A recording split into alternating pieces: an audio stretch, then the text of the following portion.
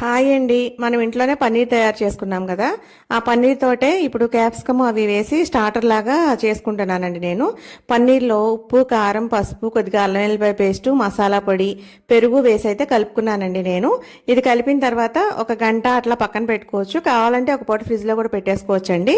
తర్వాత ఒక బాండి తీసుకొని నెయ్యి వేసుకున్నాను నేను. దీన్ని అచ్చంగా నెయ్యితోనే చేస్తున్నానండి, ఇంకా ఆయిల్ అది వేయట్లేదు.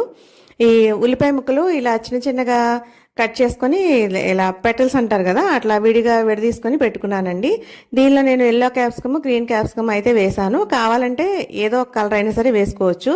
ఇది బాగా ఎర్రగా వేగనవసరం లేదండి, కొంచెం క్రంచీగా తగులుతూ ఉంటేనే ఇవి బాగుంటాయి.